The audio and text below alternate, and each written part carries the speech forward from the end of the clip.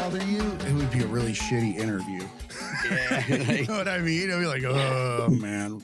If that was the deal breaker for you, I'm like, forget it. I'm over. Yeah. Because some people are like that, man. Kay, how's it going, man? It's going very good. How are you? Doing great. Before we get started, I want to have you pronounce your name for me. Because for sure. I got to tell you, your name has so many accent marks. It looks like eyelashes. Like, I was like, holy shit. When I saw it, I was like, so funny. I'm not going to try this, dude. I was like, I looked at it, it's blinking at me. Like, you're so... That's so funny. I never heard that. Dude, I'm going to steal that, Jay, if you don't mind. Please Eyelashes, do. I love that. Yeah, I never heard that. I love that That's so good. much. But yeah, so my name is Kálmán. Kálmán is the first name and Máté is the last name. Now, you see, let me give a little historical context.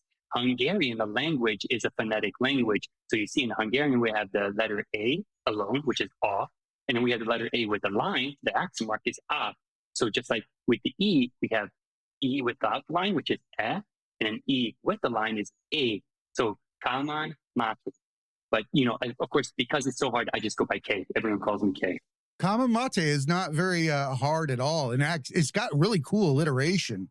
Like, I like that, but I can understand why you would have to do it because people butcher the hell out of names and they like to make assumptions about you. The more accent marks that are on a name in America, especially when you're in the South, the more apt they are to speak slowly as if you have like some kind of mental incapacity, or they speak louder because they think that your ears don't work, you know, because you come from somewhere else. It's weird. I love the louder part. No, trust me, I know. What'd you say? I love the louder part. Like, if someone's not English, not first language, I could see maybe slowing it down a bit, but like, where are you from? Like, why are you yelling? They do that. You know, I don't understand. Right. Well, Kay, I want to thank you for coming on the show. This is a Tragedy Academy, a show created to bridge societal divides in a judgment-free zone using candor and humor. Kay is here to discuss some really interesting topics and has a very broad background in philosophical and biblical studies, as well as a life-changing event that he wants to discuss with us. I'm super fascinated with all of this. So welcome to the show, Kay. Gary, glad you're here as well. Anything you got going on, Gary, before we get started? No, nothing really. Same old stuff, just trying to make cool shit and, you know, get it out to the masses. So hopefully there's some new cool stuff coming. Always. Big thing is the big rim racing. You know, it's a new racing league that we're doing. And Chicago, we're coming July 29th. We'll have a big event there. So maybe come check it out. And it's going to be all over the place. So I think that's the biggest one. This insane culture, just, you know, to kind of highlight this for a moment. I love that group of people and the camaraderie and the rivalry at the same time. It's big rim racing is, you want to explain what that is, Gary, real quick? Yeah, it's like normally you would see like the donks with the big gold wheels and you know, the G bodies, which are, you know, really popular still in the Midwest and in the South. And like, you think of those as slow, like cruisers, you know, even almost low riders, even though they set up, but these are race cars. You know, they have all the bling, for lack of a better term, and the dope paint jobs and everything, but they're, you know, engine swaps and transmission swaps, and they're fast as shit and look good. And it's the first urban racing that you know the country's really had. So it started in the South and it's growing, and you know it's a lot of fun. And yeah, it's like something new to some, old to many, but you know we're trying to push it out there. It's just, you know, a new alternative to racing. You know, most of the racing you see on TV is like a bunch of hillbillies making left turns for 4 hours, and that's not really what I'm into.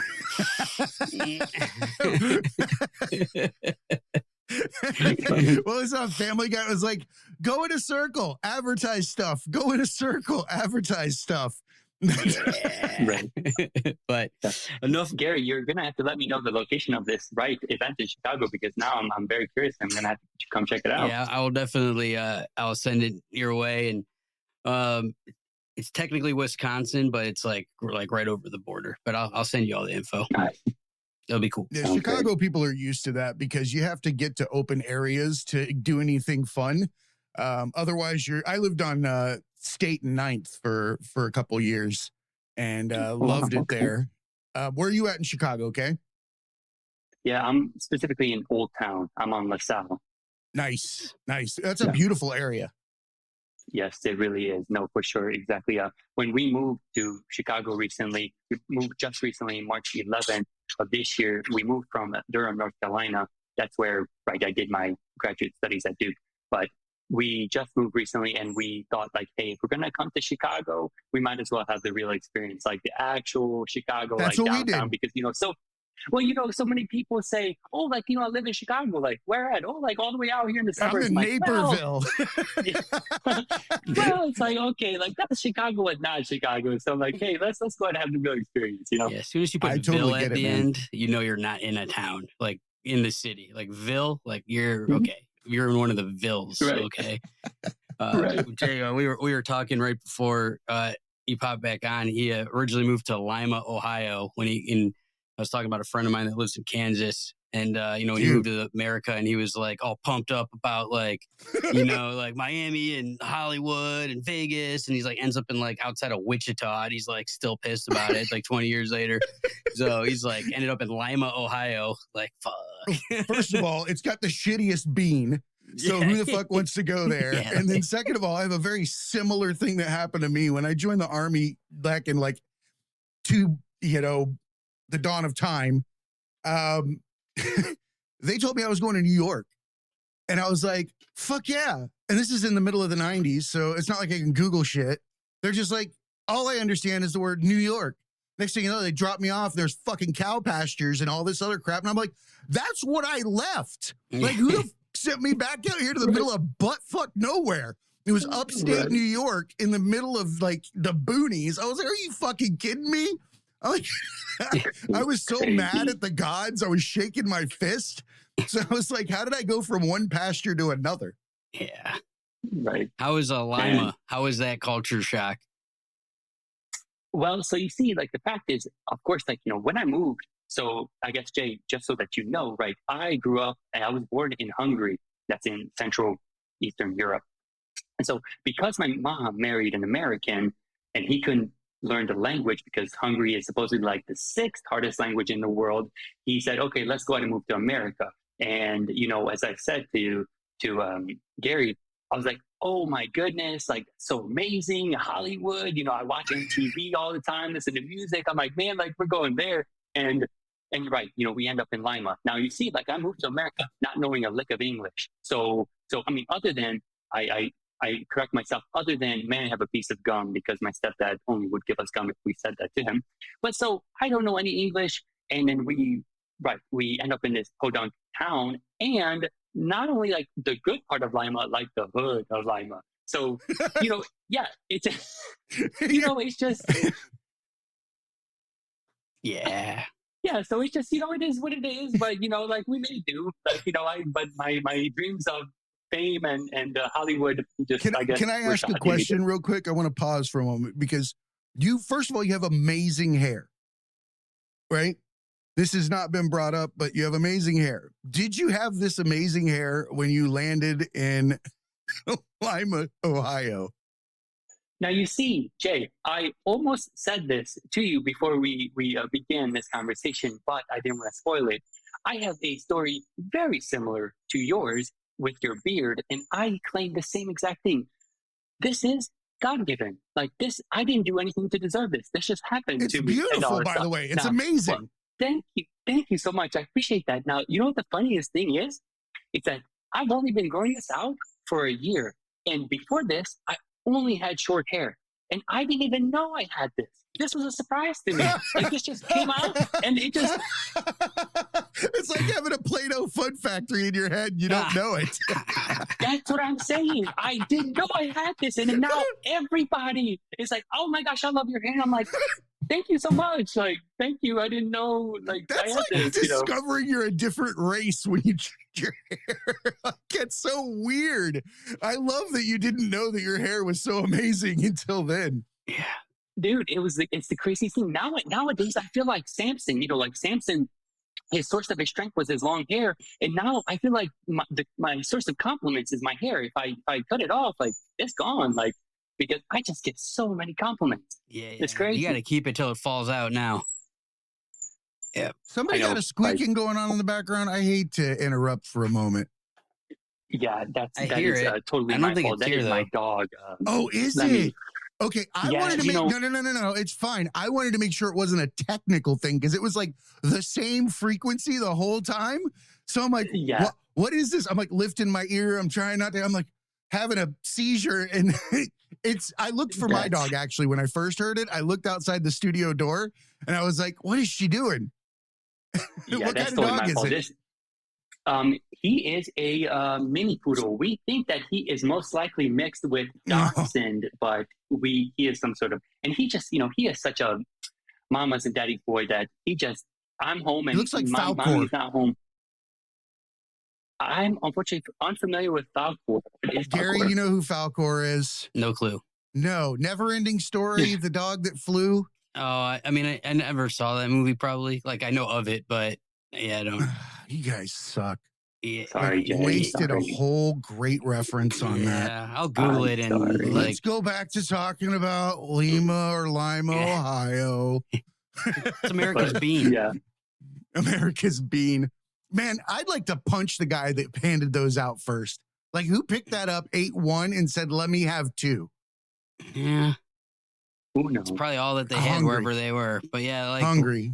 Lima's like in the probably like the most remote part of Ohio. It's like in the middle of like Dayton and Toledo, kind of, and like on the west That's correct. side. It's like not really. It's about as far as you could get away from like a big city in Ohio, probably. That's how I grew up. Yeah. Very rural. The hood is not the hood. The hood is socioeconomic versus race. And it's very bizarre. It's like a poor whitish type of scenario. Florida and Ohio have a highway that no other has. There's like a direct flight between Ohio and Florida every single day. Yeah. Of course, exactly. All the snowbirds, they're like, yo, like, get me out of this cold weather. Gary and I were just talking exactly like, right. I moved to Lima, Ohio, now in Chicago. And, we just recently moved to Chicago from Durham, North Carolina. And so we experienced 4 years of great weather. And so I was so reluctant to come back to the cold, but, it is what it is, Chicago is its own world. I love Chicago. And I hate the rap that it gets and the way that it's portrayed in the media, because that city is so safe to walk around at any time. Great food. It's all Midwestern people. Nobody's got a bad attitude. They're holding doors. They're nice. I'm like, I don't even understand why it gets portrayed, because they look at this microcosm that they've created. Like, they've put all these people into a box, they poke them with a stick and take pictures. It's fucking ridiculous. And report that as what the city is, instead of getting in there and helping and focusing on the problem that they're creating. Yeah. Right. Oh, no, for sure. Exactly. We've had absolutely no issues. And exactly, I don't really understand what bad rap gets, Chicago gets like, and it's like, I feel perfectly safe. Like, there's never been like, oh my gosh, of course, there's a lot of sirens and of course a lot of fire trucks and whatever, but that's just a big city. Of course, there's a lot of people. So, it's bound to happen. Absolutely. So Durham to Chicago is also a culture shock and a change. And I love that you studied the biblical studies that you took were in the actual Bible Belt. So if you're going to come to America and you're going to study the Bible Belt is where you park yourself and you sit down. What was that like? And what did you gain? What kind of knowledge and perspective? How'd you go into that? Oh, that's a long story, but let me go ahead and describe it to you. You see, I grew up in Hungary in the church. And, of course, like when I came to America, I remained in it. Now, during high school, I told God, hey, I don't need you. I can take care of myself. And so, like, of course, I got into all the regular stuff, the drinking, the smoking, the sex, all that kind of stuff. So then, September 2nd of 2012, I had my motorcycle. People don't like for me to call it crotch rocket, but that's what I always called it. So, it's a race. I don't know. Who's upset about that term? And if they are, they've already got problems. It's a sport bike. Who knows? It's like, look, like, it's just the term for it. It's that type of bike. But, because it's like there's all sorts of motorcycles. And I want to specify that I have a fast motorcycle. But So yeah, all my life I wanted a crotch rocket, and in that time I had the money to go ahead and buy one. So I said, hey, I'm going to go ahead and do it. So I was going on a country road in Lima, Ohio with my crotch rocket on September 2nd, 2012. And there were no witnesses. I don't remember the day. And something happened, most likely, as I thought about it, and as I know bikes, my bike went into a wobble, which forced me into the ditch on the side of the road. And I hit a ditch I hit a driveway at the end of the ditch, which catapulted my bike and I into the air. Now, mind you, I was going 118 miles per hour. So this is, within a millisecond. I did the calculation. Yeah. So I go in 0.2 seconds, I go 30 feet. This is like, in my mind it's I'm so sorry slow. to laugh. But the human body is not meant to travel at that velocity. It's crazy. But so, right, my bike hits a telephone pole to the right, and I somehow veer to the left, and I hit the road. Now, if I had the ability, I could share the scene, the day, the scene pictures with you. I have it from the police report. Send them to us. Well, if you're willing to, we'll share them with the episode.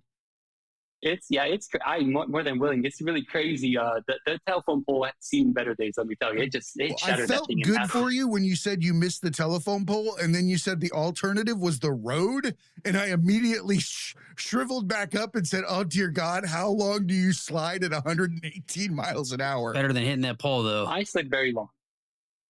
Oh, fuck. Yeah, but so, right, exactly. So that's exactly what happened. Like, right, I hit the road. Now, mind you, like, I was dumb back then. I was a teenager who knew everything about the world. And so I was only wearing shorts and a shirt, and then with shoes untied. So, like, long story short, yeah, I got lots of road rash. Dude, you were naked. Were you wearing a helmet? Yeah, dude. Luckily, because even with the helmet, like I suffered such severe brain trauma that they had to check for brain swelling, and so they had to drill into my skull. But luckily, right, I didn't have any, so of course that's why I'm still here. But I broke my jaw, I broke my neck, I broke my back, and I broke my right femur, and of course road rash down to bones and tendons. Oh. Yeah. Holy shit. Yeah, dude. I can't imagine that. I wrecked my moped in Bali doing like 7 miles an hour, and I had road rash and like fucking fucked me up like nowhere near what you're talking about. I couldn't imagine going 100 miles an hour faster and flying off that thing. Yeah. Oh my God. Yeah, I can't either, honestly.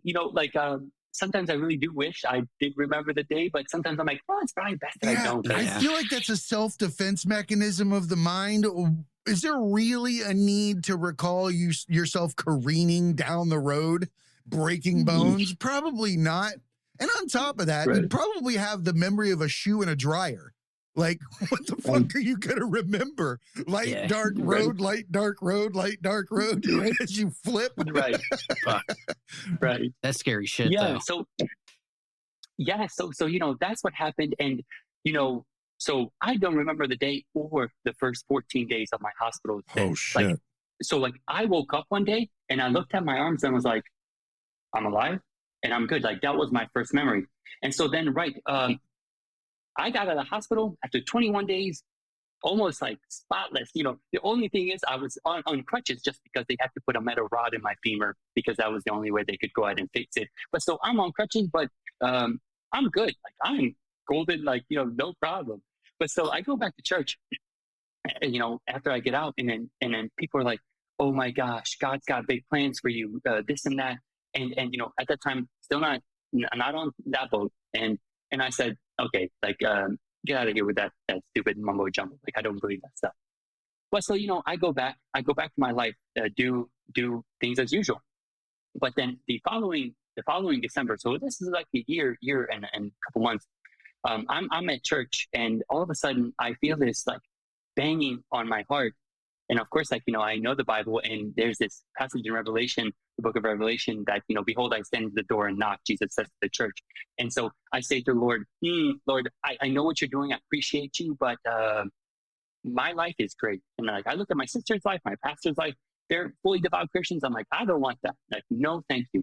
And so second week, same thing happens. The third week, of course, during that time, I'm sure like I'd been, processing all this kind of stuff. And I said, you know what, Lord, I'm going to do this, and I'm going to go ahead and give you my whole life. I'm going to go ahead and do this with all my strength, all my effort.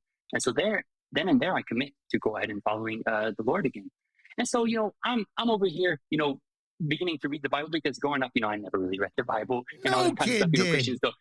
No, and of you course, knew like exactly, the basic right. 8, like the Bible for a kid was a Crayola box with 8 crayons in it. You knew the basic passages that you were supposed to repeat back to a pastor or a priest or whatever it was. God so loved the world, he gave his only begotten. You knew how to spit out those particular ones, but you didn't know how many sons of whoever or acts and everything. Dude, that thing is full of so much that you would never tap at that age because it has too many these, thous, and thys in it. Yeah. So you see, exactly. I don't know the Bible, so I'm like, okay, well, hey, let me go ahead and begin reading the Bible. So as I begin finding, things in the Bible and in learning about God and stuff, I start to remember me going back to church and people saying that God's got big plans for me. And so then now that I'm Christian, I'm like, maybe God does have big plans for me. Maybe that is true. And so now, I'm in this like searching stage. Like, okay, so then what is it? Like I live in freaking Lima, Ohio. Like, like big things happen in like LA, New York. Like, what's going to happen here? So, I'm searching and searching. And so I after high school in 2012, I enrolled in Ohio State, the Lima branch campus. Ohio State University. I got excited for a second. Has a like, yeah. So What's Lima. that? I got excited when he said Ohio State. I'm like, yeah. Oh, Lima branch.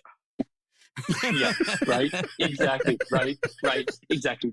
That's not exciting at all. But so, I couldn't finish the first semester because of my motorcycle accident. I missed too much, but then I go back, finish the spring semester of 2013, and then of course continue on the fall semester of 2013.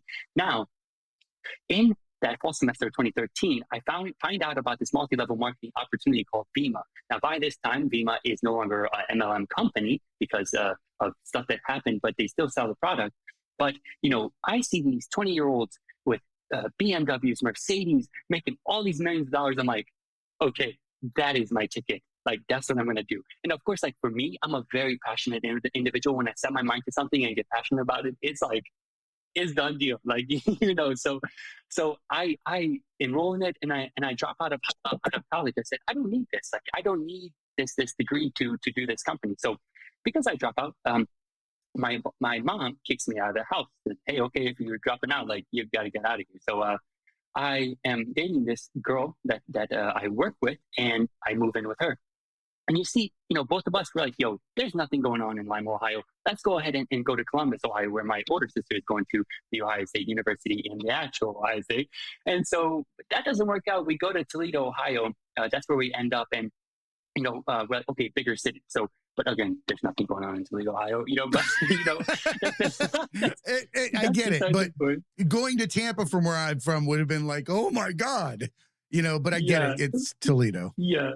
Right. So, I'm trying to do this Christian thing. My parents know that now I've committed my life to the Lord. But, so we get an apartment together. We're having sex, the whole 9 yards and stuff. And so my stepdad one day says, yo, like, hey, if you love her all that much, like, why don't you all marry her and stuff? And, I immediately get so convicted. I was like, man, Lord, I know I'm trying to do the thing. I'm trying to find out this purpose. I'm trying to make this Vima multi-level marketing thing work. But like, this is just what it is. I can't just go ahead and go back to Lima, say, sorry, like, I'm trying to follow the Lord. Like, I can't be doing this, So long story short, we get married. We get married in July of 2014. And so 3 months later, she comes to me, and says, hey, I think we made a mistake. And so, long story short, we basically split up. I moved in with my sister, who just moved to Toledo, Ohio recently as well. And then, I keep paying for my share of, the apartment that we were renting. So 8 months later, we officially get, like, I guess, an annulment technically, but like a divorce in court. And it's really throughout that 8-month process that my ego, everything gets demolished. Like, I am a person that has loved to in the past really just plan out my life, basically know exactly how it's going to unfold. And so, like, I was so passionate about Vima, about marriage, making this work, and everything is planned out, and all of a sudden everything crumbles, and then I'm left having nothing. And so then I'm like, Lord, what are you going to do with this? Like, because I'm just like not really sure. So, I meet with my pastor during that time, the church that I'm attending, and he gives me this CD of this TV evangelist / marriage counselor called Jimmy Evans, and the CD is called Every Great Marriage. And so I begin listening to this stuff. I begin taking in this guy and his preaching and his teaching, and I'm like, man, if I would have just known this stuff, I could have easily saved my marriage. Now, so I'm getting passionate and trying to like digest more of this stuff. And then one day I'm praying and I'm like, man, like, what if I could save people from going through what I went through? And so then I'm like, okay, so that would mean that, like, what if I did something like Jimmy Evans? And so I'm like, that would mean that I would go back to school. And I said, when I dropped out, like, I would never go back to school because I'm too much of an extrovert. Like, I love to just talk to people, have fun. Like, this is not for me. But I'm like, Lord, if that's what you want, I'll go ahead and do it. But say, where do I go? Do I go to University of Toledo? Do I go back to Lima? Or do I go somewhere else where you have called me? I'm like, let me know. So the next weekend, my pastor and I meet, and he said, hey, I want to let you know that Great Lakes Christian College is offering a student 1 year free tuition to one member in our church, and right, we want to give it to you. And I said, okay, that's too good. Like, that's where I'm going. Now, before, like, trust me, Gary knows this. Ohioans don't like Michiganders, and Michiganders don't like Ohioans. So I said, that's one place I'm not going to go, is Michigan. But I said, 1 year free tuition, too good to be true. I said, okay, that's where I'm going. So, mind you, I enrolled in Great Lakes Christian College with the psychology / counseling major. Now, you see, midway through my first semester, I was taking Intro to Biblical Interpretation, and my professor, and who became my mentor ultimately, he showed us the complexity of the Bible, which just completely blew my mind. And that's when I decided that I was going to go ahead and switch to the advanced biblical studies major. I was going to get my master's. I was going to get my PhD, and I'm going to go ahead and teach this stuff for the rest of my life, because I'm like, people need to know this kind of stuff. Like, why was I never told about this stuff? So, like, let me quickly give you an example. The illustration that he provided was Solomon. So in Deuteronomy, in the book of Kings, Solomon says, oh, that he's got, this many wives, he's got this much money, he's got this many horses. And, in the American church, that was like, dang, that was the glory days. That was like, make Israel great again. Those like glory days of Israel, let's just say. And so then he takes us to Deuteronomy 17, and it says, hey, when you enter the land, the king should not have this many horses, this many wives, this much money. And I was like, okay, so like, no, like that was not a good thing. Like that was explicitly the thing that he should not have done. But we have made it seem like he was like balling. And so I was like, okay, like people need to know this kind of stuff. Like people just need to know. And so that's what I guess started my journey in biblical studies. Sounds like you've always had a fire within you to understand the human experience.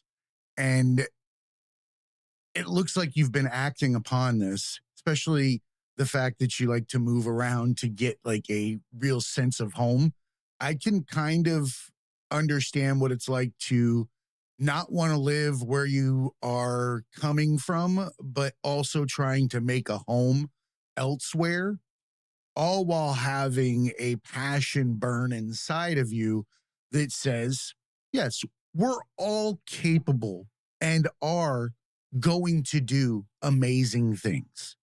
At some point in time, some of us can recognize that we have a flame earlier in life, or they always feel it burning. They know that they're supposed to translate the human experience through their lenses as best they can to those around them and be able to grow at the same time, because we're naturally curious as to what the fuck this is, right?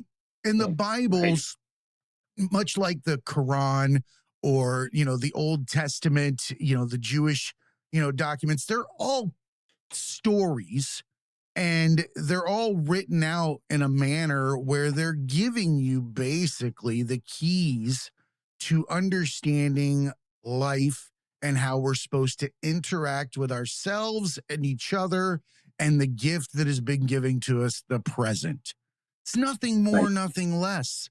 I mean, it can mean more based on the lenses that you wear and how you translate it and apply it to your life. But on the surface, I say this a lot. Religion, for the most part, it's a pizza. And each slice has a topping. And those are each religion, but they're all pointing at the goddamn middle. And it's that stupid little table there that keeps a box from slamming on it. That's God. Like, I don't know how else to put it. They're all selling the same shit. And we all should be doing it. They're amazing tenets. Like, do unto others as you would do unto yourself. That's pretty damn smart. What I've learned, I'm not a religious guy, right? I kind of laid out my philosophy right there. Feel like they're all kind of telling the truth. It's like DC and Marvel, right? But at the end of the day, if I just treat someone with kindness, and I started to think about this, if every time I walked up to you, I smiled and was happy, was like, what's up? Anytime you thought about me when I wasn't there, who would I be? The weird what's up guy. But you'd be happy. You wouldn't be upset with me in the absence of me. And at the same time, you're getting treated like I want to be treated. You're going to greet me back with the same thing in the majority of the time. We like to create the people that are around us when they're not around us. Right. So if we do unto others, we maintain that position and we help them maintain that position going forward. I commend you for acting on your message, the way that you came across your flame and how you've ignited it or removed that glass so that it can actually get out to humanity. You know, a lot of people get lost in them. I don't know. It's almost like now religion has ads. Right. Like it's like when you're scrolling through it, it pops up that basic 8. Like I was talking about, the kids' Crayola box, and it doesn't let you look under it. Yeah. Yeah. And then of course, like, don't even get me started on like, American Christianity nowadays and just religion and like, of course, like the divide that it causes in our world, because that's just a whole other topic. But, Jay, I appreciate that, but I do want to let you know that, the story continues and it gets much, much, much more complicated. And so, if you want me to share that part and how it got complicated, I can do that as well if you like. So are you speaking in the historical sense as to how the biblical portrayals have been misportrayed or given that's seasoning depending upon who was writing the edition? Something along that lines? Or the canonized books versus non-canonized? Well, no. So that is also another discussion that we could 100% have. But no, that's, of course I learned that, but that's not what I guess I'm referring to. What I'm referring to is that I got into biblical studies, but I am looking at it from a historical sense in that my life turned out. It started one way and it turned out a different way, and I didn't expect that. I guess let's just say. I like that. Gary, you've always had an interesting take on religion as a whole. I'd be curious to hear your thoughts on this. Well, my mom worked for the Catholic Church my whole life, like 35 years or something like that. And while I'm not a huge fan of organized religion as a whole, for many reasons, that gave us, what we needed to survive, single mother and everything. So I always had love for that particular church and the people there that ran it. And it's kind of similar to what you said. It's like, it's like a lot of pages to just be like, hey, like, be cool. Don't be an asshole. Like, help people out that have less than you.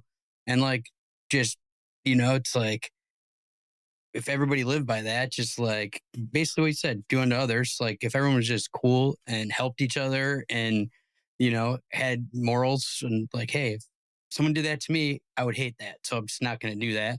It's like, if they're, and they all say the same thing in different ways, for my limited knowledge of it.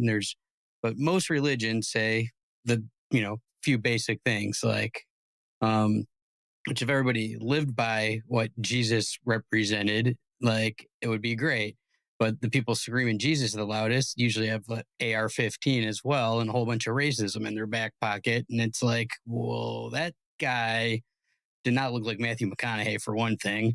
That dude looked more like Bin Laden than McConaughey. Yeah. And it's like, and he would definitely not be on your side if he came back today with the flag and the rifle. He would be on the other side of the border, like trying to help feed and clothe the people. So, like that's a whole big thing. But I think religion's fascinating as historically and how it's influenced the world, and especially like as religion had grew and spread and took over different places, either through force or, because the message got through to the people and they accepted it. So it's an interesting thing. You did say that you went to Duke, and here at UNLV, we have a saying that God hates Duke. So that's kind of a topic I'm not really sure. That's funny. God hates Duke. Yeah, so I love the simplicity behind that cut. It's just right to the mark. Yeah, God hates you. Yeah, yeah. It's an old rivalry. Yeah, no, for sure. But it's right. You're right.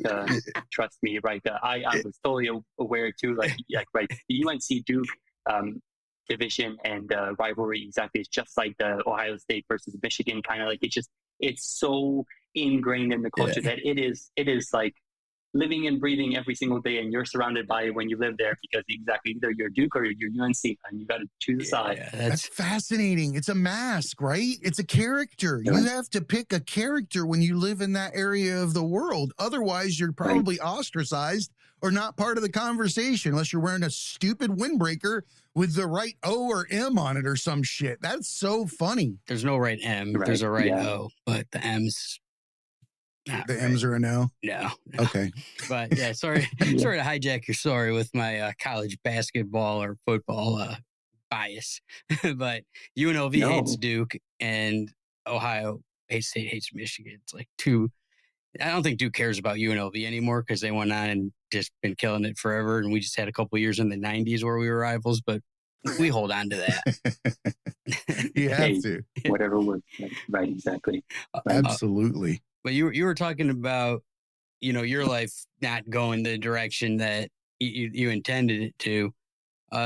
You had two bad things happen, right? The accident and then a divorce, which at the time, both those things obviously are stuff you wouldn't want. Hopefully one day I get in 100-mile-an-hour accident and then I get divorced. No one would be like, hope that happens. But it seemed like you made the best out of both of those, and those sent you in directions that improved your life as opposed to, the opposite. You feel that way? Yeah, for sure. I mean, I 100% believe that we are all products of our past and of our experiences. And so, right, everything leading up to the present moment has shaped me for this present moment. Like, I 100% believe that. Now, right, and, another unfortunate thing is I had a biological father, but he passed back in 2013. And so that was another sad thing for me because, I love my father and he loved us. And not having my father see me grow up and stuff, that was sad. So, right, all these different aspects of my life definitely have shaped me. Now, you see, I can't say that I have been always the best, and I haven't. I haven't been the best at processing all these traumatic things that happened to me. Now, of course, like with my first year at Great Lakes Christian College, I did go to counseling to go ahead and work through that divorce because, that really did affect me. Like, I don't want to downplay it at all. Like, I one time driving home from work, I was contemplating suicide because I was just at such a low point. But, exactly, like, I focus on the fact that, there's so many people that love me, so many people that would not want to see me die. So, I worked through it.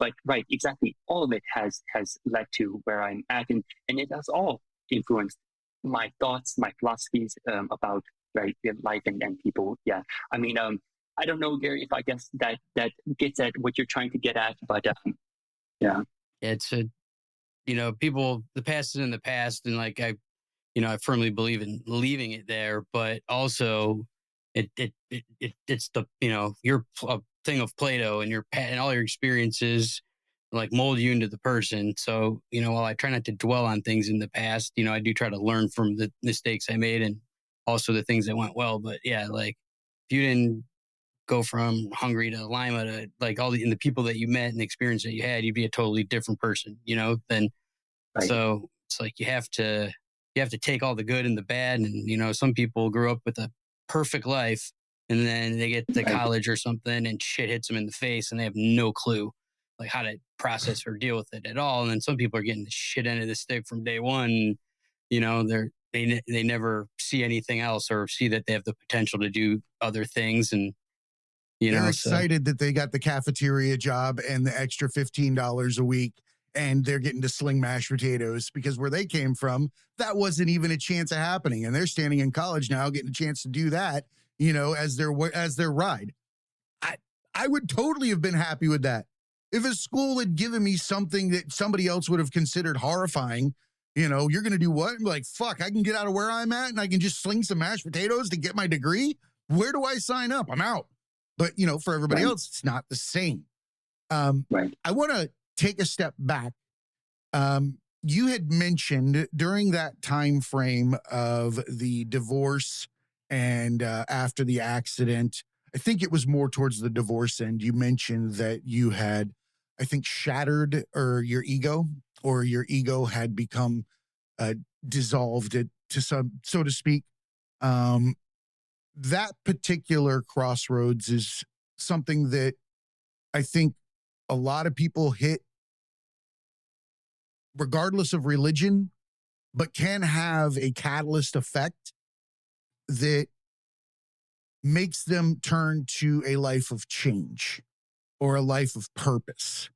I think that we find our greatest purpose when we're on our knees, and when we're less involved with the mask, because the mask isn't real. The mask is what we're told we're supposed to have, and it's how we want people to see us. And it just doesn't work that way. And when you hit the ground with that mask and it shatters in front of you, did you feel a form of personality dissolution as well? I would say during that time, not as much as recently, because the fact is, I wanted to mention, the fact is, I also, in much more recent history, had another, like, right, ego death, or like at the time when my life just fell apart, didn't expect it to happen. So at that time, I would say not as much, because, like, mind you, Jay, I'm importing, I guess, this ego lens and these things that I know now back into that time. Like, at that time, I did not know about the ego. I was not philosophically minded. Like, not to be mean to Midwesterners, like, I was simple-minded, let's just say, and I'm just looking at Gary as you're saying this, because I just want to see how this floats across the room. it's true. I mean, if you're in a small I live town in and you Florida, got man, you don't have to Cracker excuse Barrel it. and people line up for fucking Yes. 6 hours when the Olive Garden moves in, it's like you only have so much knowledge, and especially before the internet, like you only had what was in the place where you lived and whatever ABC, CBS, and NBC put on at 7 o'clock. Yep. So, you only know as much as you're exposed to, 100%. and also let me also mention the fact is, like, right, in Lima, you don't have the opportunity to become cultured. Like, the fact is, in Chicago, I go outside immediately. I'm met by, this person from this nation. I met this religion. This, like, you are surrounded Tripping by over diversity, museums. like just all sorts of difference. In Lima, Ohio, you have white Midwesterners. I'm sorry to say, but predominantly, and so, like, you don't get exposed to these different things, and so it's like you're location does I love determine your I exposure. loved it. As soon as I got out of where I was from and I did get a chance to get out there and start sampling the world, it was like getting to go to the buffet, not knowing the buffet existed.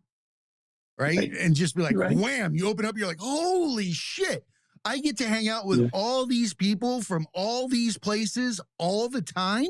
Like, I don't have to wear a mask because say you are in this small community that is, you know, has the limited amount of information that it's consumed and it's generational, because those communities they're super generational. Everybody knows who everybody is, that kind of thing. So I don't know, man. I just think that Yeah, I mean, even in Cleveland growing up, we had white people and black people, and you had white neighborhoods and black neighborhoods, and very few that were even intermingled between the two. And like, you know, we had one Asian restaurant and like it was Japanese and turned out that it was owned by Korean people. And then, you know, like we had some Puerto Rican dudes that everybody thought were Mexican for half my life. And that was about it. You know, when I came back from Japan, I had somebody ask me to speak Japanese to someone at one of the Asian restaurants or the sushi restaurants. I'm like, it doesn't work that way, Chief. I was like, that person's from the Philippines. That person is Taiwanese. That guy's Spanish. Like, if I start doing this, I might as well just cross a border somewhere in Europe and try. I'd have a better opportunity of them understanding me if I crossed a border in Europe than I would if I tried to start speaking Japanese to this dude that's Sri Lankan. You know, like, this is not going to work. Yeah. We have such a limited amount of exposure here, and we're such a media consumption society that we even believe that other countries are other things that we've never seen, historically inaccurate things. We just wear this lens that doesn't allow us to perceive other people's cultures and viewpoints. We've been given a script. I mean, for the longest time, it was, you know, I don't care about communism, democracy, capitalism, whatever it is, but the red shirt versus blue shirt thing forever. I mean, the Rocky franchise capitalized in 4 on like the red versus this. We have such a limited amount. It's a funnel. It's a funnel of information. And one of the things that came for me after the fact, when I started to get an understanding, you're still there, Kay, by the way. It does that to take away from the experience for us, but not the recording. But when you grow up in that small community, you don't have the same lenses as people do on the outside, right? You've consumed all of the terminology, all of the implicit bias. I recognized when I left there that, not that I subscribed to a lot of the implicit biases, you know, they were there, but not there. But when I got out into the real world, they made themselves more apparent. I talk about it all the time. There's an instance when I was in the Army, somebody had gotten hit in the mouth with a remote control and it broke their front tooth. And he come running into my barracks room laughing with his hand over his mouth. And he's like, so-and-so threw me the remote control and he broke my front tooth. And I'm like, dude, nuh-uh. And he pulls his hand down and I'm like, sure as shit, it's broken in half. And he looked dumb as shit. My mind made him go from a college degree to outside 7-Eleven and, you know, panhandling. And I didn't recognize at the moment, because you said that ego dissolving that took place, you didn't recognize until later in life.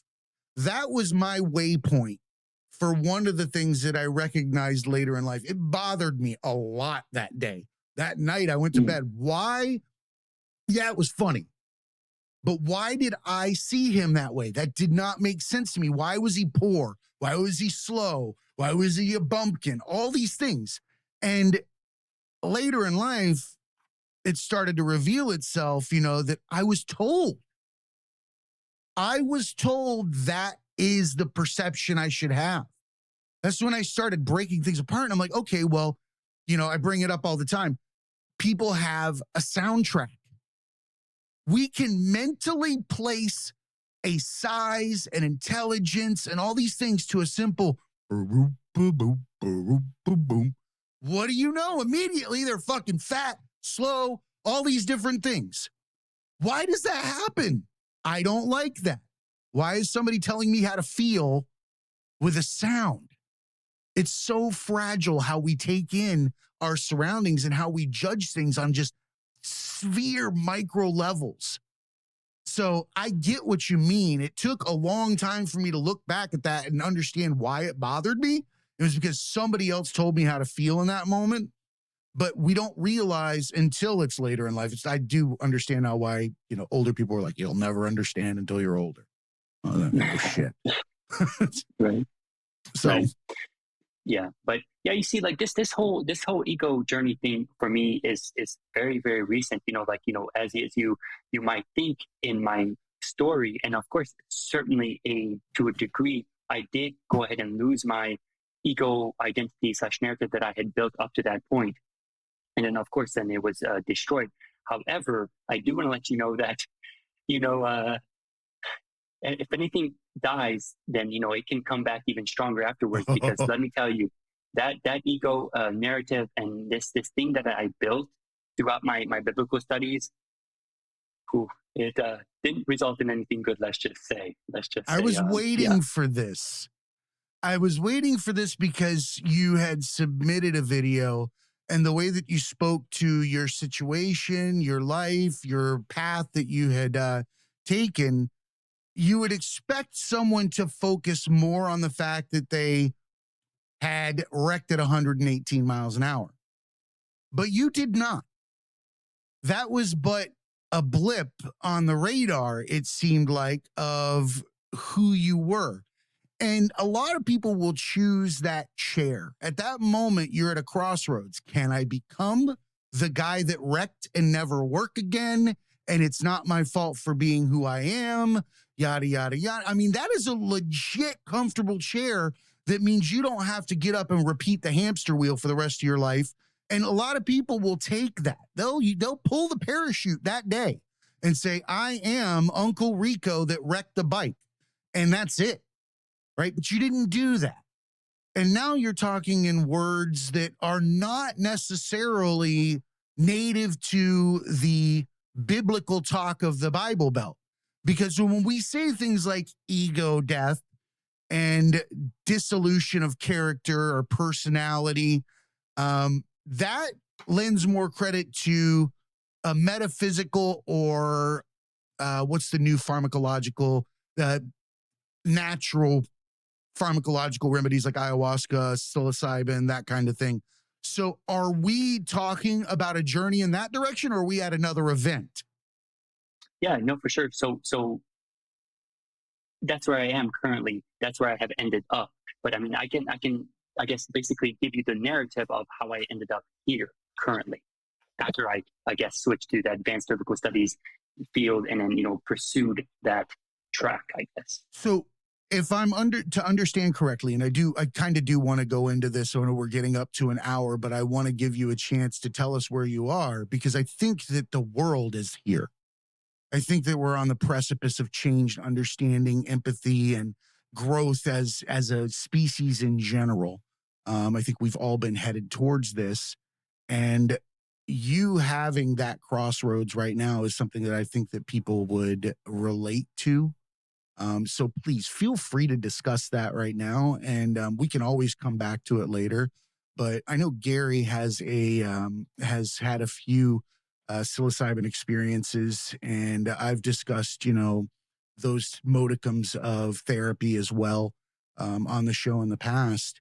And I like to see that the dissolution of a religious character within ourselves, or a religious ego mask that we can create over time, is a very heavy duty one, because it comes with tethers of shame and guilt that are built into that mask. And when you start to break those apart, it can become very traumatic.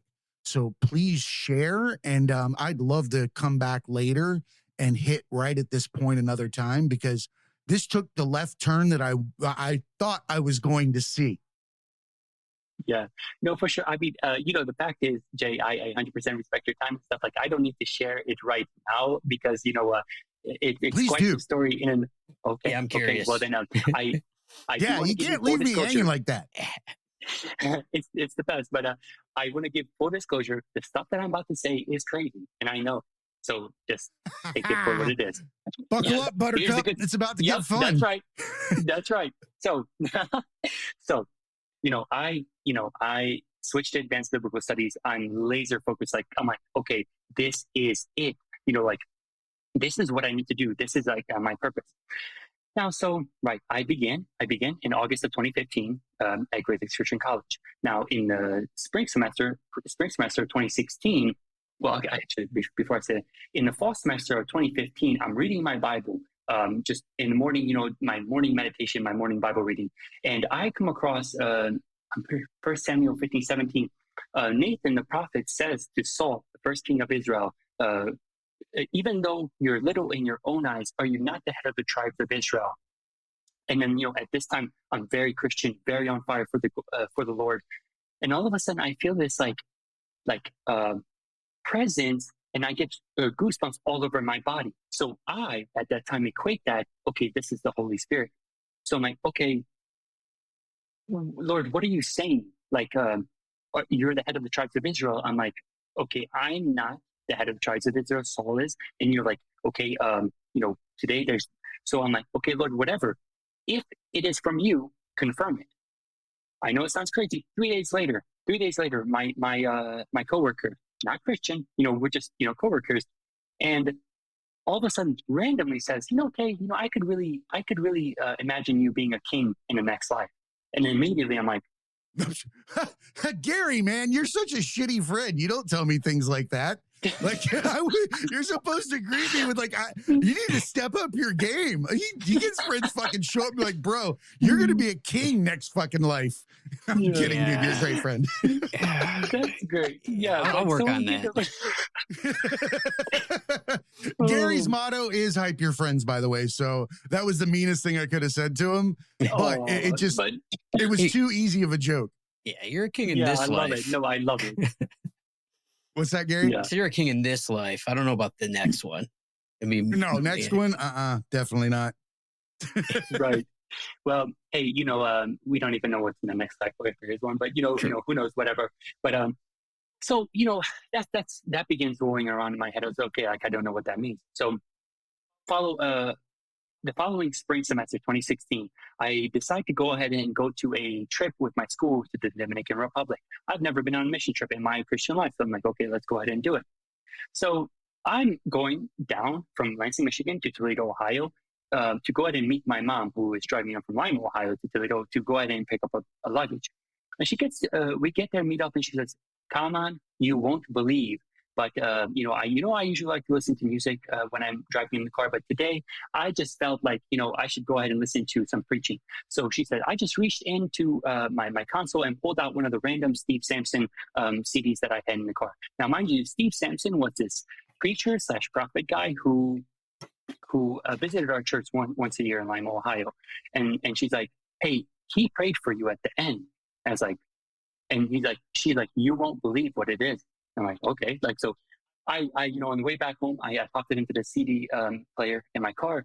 And of course I have the recording of this as well. But so back in November 9th of 2010, so this is my high school era, I'm not Christian and all that stuff. I was having a lot of headaches at the time. And, I don't believe in this mumbo jumbo, but he does the sermon.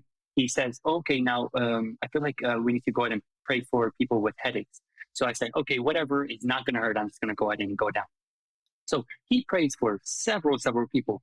He gets to me and says some things that I'm just like, oh my goodness, as I'm listening to this, I'm like, oh my goodness, I don't believe it. So because, I have listened to this, I've tried to figure out so often, try to understand what this is all about. But I've listened to it so much that I could basically repeat it to you verbatim. So he says, he says these things, and he takes the pause. He's like, I see you walking on hot coals for a short season, and you're going to say, oh, this is like painful. This is not what I thought. But immediately, God is going to throw you into your destiny and your purpose. And not only is God going to throw you into your destiny and purpose, but you're going to love the way that the Lord leads your life.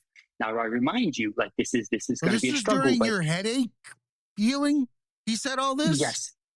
So he doesn't even pray for my headache. He doesn't even pray for my headache. Like, he just immediately jumps into like crazy stuff, and so mind you, okay, so I hear this stuff. Okay, so you're going to walk on hot coals and then immediately be thrown into your destiny. So I'm like, oh my goodness. So my divorce, which just happened, like a year prior, so bad, like got me in the dumps. And then now I'm in another city, loving my life, loving biblical studies, finding this purpose. And I'm like, oh my goodness, like, is this real?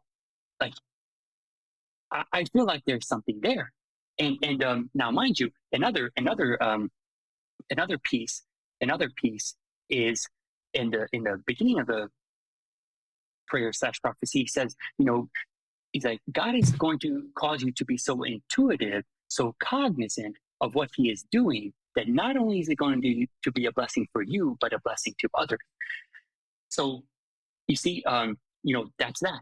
Now, mind you, if you study biblical studies and you study the prophets, people most often, especially in the culture that we live in, think prophets of the Hebrew Bible / Old Testament were fortune tellers. They were future tellers. They were able to go ahead and prophesy what was going to happen, like God told them and stuff.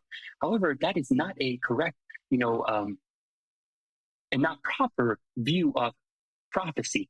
People, this is the best phrase to convey it. People think that prophets are fortune tellers, but they are not. They're foretellers. They were able to read the signs of the times and instruct the king on what's going to happen. So, for instance, the prophet says, hey, Babylon is going to come get us. And now, how was he able to go ahead and say that? Well, because they started and got to Syria. Then they were going in the Fertile Crescent, and they were going to hit Syria next. And of course, naturally, hit you along the way to Egypt. This is like the ability to read the signs of the times. Based on the actual signs around that are happening. Like, okay, this group over here has become angered and they're starting to have some political unrest. And this group over here has, advanced from here to here. I can see how that could get misconstrued over time. Whereas it's some kind of, like you said, I'm predicting the future. No, I'm predicting the shit that you guys aren't looking at. I feel like the prophet now is the first mindful person. Right. Actually looking around at what's happening versus their own mask. Yes, 100%. So long story short, these things all conflate together and basically provide to me this egoic messianic complex. So, okay, we have king, like I had this experience with king. And then, okay, I have a prophet, because, this being cognizant, being a blessing to others. And, this is the prophet section. And then, I'm studying biblical studies. I am learning all these things. And, in ancient Israel, who were the only ones who studied the Torah and studied these writings were the priests. The priests were the only ones that were literate in this stuff, and so that they could go ahead and teach the masses. So king, priest, prophet. What was Jesus? King, priest, prophet. So this messianic consciousness, ego consciousness, is, throughout my education goes full force. Like I'm like, but now mind you, I'm not dumb. Messiahs, they just, David Koresh was this messianic, and then you see what happened here. I'm not trying to be that. That's not me. That's not me. These are just things that are happening to me, and I'm trying to wrestle. What the frick does this even mean? I don't know, but it's with me. And okay, God has some big purpose for me, but what is it? Okay, is there something here? So, mind you, biblical studies is not for the faint of heart. It long story short, by the time I get done with my undergraduate studies, I still believe in God, still believe in Jesus, but my faith, my beliefs about the entirety of Christianity, religion, is vastly different than the average churchgoer. But I still believe. Now, I go to Duke, and, as fate has it, I complete the first semester, but then the rest of the 3 semesters are completed in lockdown because of COVID. And so I'm a super extrovert, love hanging around with people. And long story short, alongside this COVID and being locked up in a cage of your house and just being drained of energy alongside these continued crazy things that I learned about the historical context of the Bible and then like authorship, purpose, all this stuff. One day I'm just like, well, of course not just one, but throughout the time, I'm just like, I don't believe this stuff anymore. I really don't believe this stuff anymore. I just don't think I can go ahead and buy into this. Like this is not it. And so then that's Jay when exactly this other ego loss is like, look, like if I don't believe in this biblical stuff, like this Messiah like ego construction, like it's done. Like so long story short, and I thought this was my purpose and this was my destiny, this biblical studies and teaching it to others, and then I'm like, what is my purpose anymore? So yeah, I lost that, and so I graduated in 2021 from Duke, and ever since then I've been trying to basically rebuild my identity, find out who I am. And in the most recent 6 months, I've been really leaning into egoic studies, Alan Watts, Eckhart Tolle, living. Love them. Yes, me too. Brilliant minds, unbelievable. Yes. If you just, for those of you that heard those two names, write them down. And if you haven't read their works or listened to meditations and things, Alan Watts I could listen to until the end of time. Yes. He could read me like a cookbook or a manual for a car, like an old Chilton, whatever the fuck they were called. He could read that to me. That was for you, Gary. Yeah. Old Chilton. That was like the manual, the company that created manuals for every car. Yeah. It was for people that had to work on their own cars. Yeah, I've seen a bunch of those. My stepdad, but Alan Watts could read that. Yeah, Alan Watts could read that to me, and I would be so happy. You're, I think, at a juncture that the majority of people are at right now, or in some way, shape, or form. The analogy I like to use is a bicycle tire and spokes and a stick, and that when the pandemic happened and we were locked down, we were riding that wheel. We were doing the same thing over and over. Get up, rinse, repeat, get up, rinse, repeat, get up, rinse, repeat. But the pandemic was a stick and they rammed it right in the spokes of the tire and everybody flew off of it, hit the ground, and were able to turn around and look at the tire that they never knew they were on. Right? And now we have these questions. I don't think that let me correct that. I think there is a reason for all of the bridges that you crossed and the books that you read and the understandings that you came to, because they're going to help you now in your, this is exciting, your rebuild phase where you get to discover yourself. Rebuild, I don't even think is a word for it. Because I don't know that actually is what's happening. I think it's discovery. I think it's revealing who you were the whole time and getting to fall in love with Kay. Who was Kay when he was a kid? Who was Kay when he was dreaming? Who was Kay when he was playing alone? And who is Kay now to the world? And I think that that's going to probably be some form of interpreter, an interpreter of teachings that were meant for a different reason, that have messages that have been misconstrued by greed and domination, or material items, whatever it is. They've twisted and turned some of the most simple things, these parables and stories that some are real, some aren't. Some are, the understandings that you get from what you saw. That doesn't matter. If you break it down to the core, you get to see the simplicity behind it. It all goes back to the same area. It's a Mesopotamian river valley, kind of grew from there. Heads out to India, heads up north, You know, you got a Right. line from down in Africa. You got a few that hang out over here in like the Middle East. They never move. You know, get a little Caucasianist. You know, and you go up around the left. You know, pick up Right. some of the white or the blue-eyed devil around Germany and France, where I come from. You know, in England, they like to get a King James version there. Dust that Right. up a little bit. Right. At the same time, we're all in the same soup. Yes, we are. We Yes, we are. are. Thank you for being courageous enough to face the human experience and embrace it. That's when you become a lighthouse. I say it at the end of almost every episode now, but I think that if you're a religious person, stop yelling it and start living it. Because you're going to Right. affect a lot more change if you stand up and become what it is that you're preaching. Just stand there Amen and to be that. it. That's a lighthouse. You don't have to tell somebody to follow God. Just follow him yourself and let them find you through your actions. Like, Right. oh, this guy's living a pretty dope life over here. He looks happy. His family's all together. He's not, you know, doing some shit that's against whatever moral compass he has. I can dig that.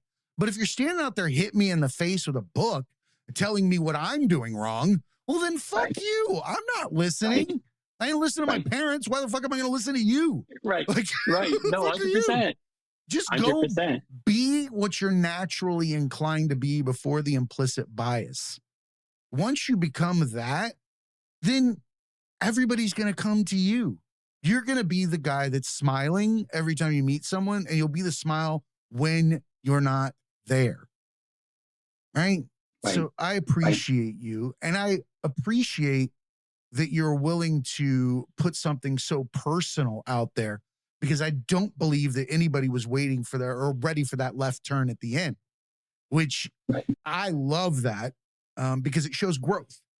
That's not to say that I'm knocking religion ever, because I think if it provides you a moral compass and you do good things and you're not discriminating against others, rock on with your bad self. Wish I could have the Exactly. same belief. Man, would it be cool to be able to throw it up to something higher than myself? That would be great. I'm too much of a narcissist, though. I feel like I've got to Right. control it all. Right. Oh, no, 100%. No, 100%. Yeah, exactly. Right. You know, of course, I try to be 100% exactly understanding in that sense that, hey, if that religion works for you, great. Please do it. If it makes you a better person, please do it.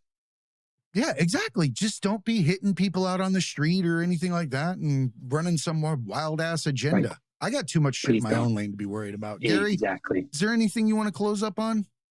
Nah, like I wasn't expecting that turn either. It's tough to deal with, I'm sure, because not only is it like your career choice, which you got deep into through all the education and time and money and effort, but it's also like your belief system too.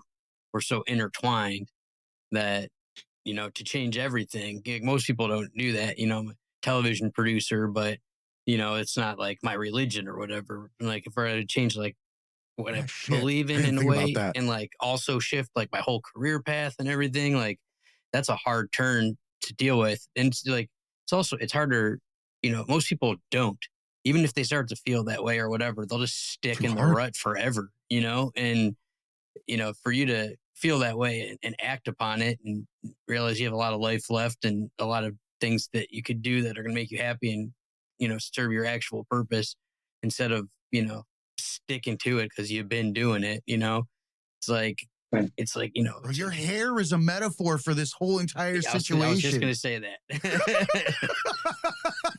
You know, it is. You're rediscovering so much. And who knew you had such a beautiful inside there that you get to experience now? That's fucking awesome. I love that so much. I'm going to use that. Yes. You That's should. wonderful. You should. it's like when Because, people like, I mean, go ahead. like when people get out of the army, like you know, they can't have a beard ever or anything. Like the first thing anyone Fuck that. does is they just grow the beard. You know, it's like that's a sign of like, you know, I could do it. I could be free. I could let the beard grow. You know, and it's like if you're like, you know, in front of church people all the time, like they would judge you if you had big, long, like curly hair. Like they oh, he doesn't look like a pastor. Pastor's prim and proper and has a perfect haircut. Right. And then I guess these don't look like pastor material. Holy shit, you kept those covered the whole time. How do you do something like this? This dude, like, you sprung like a whole bunch of hair, then just threw up some fucking sleeve tats. Yeah. And I love this. And I'd like to go on record that further out, let's say a year, I'd love to check back in, see how this journey is going. And I also want to come back to something that I completely forgot about. Are you studying comedy as well? I actually am. Yes, I am. So being new to comedy, I would love to see the spiritual growth, how comedy is infused in this growth process, because I know that it's got to be a huge mechanism, and how that helps you get to where you are then. Can I get you on the record now? You want me to talk about it right now? No, I want you to say that you're going to show up in a year and tell us about this. 100%. Exactly. I would love to. Dude, I love it. All right. Well, I don't have anything further. You want to tell everybody where they can find you at? Yeah, for sure. I mean, of course, like they can find me in most of the social media platforms and Facebook, search by my name. On TikTok, I am at one Kálmán Máté altogether, my name. I have a funny one. I also have a TikTok channel for biblical studies called at tidbitbib, and then of course I have a YouTube channel for that equivalent. And so, yeah, we'll put that all in our show notes so everybody can find it. I think they'd be interested, because you're a very eclectic guy. You've got so many different layers, and I feel like we just got to see like part one of so many different chapters, and I'm excited for you. You get to rediscover yourself. And I live by the philosophy that to not be yourself is a slap in the face of whomever or whatever made you. Yeah, no, Gary and Jay, thank you so much for having me. This has been such a pleasure, for sure. Awesome. Hang on just one second. Remember, everybody, be cool and keep learning.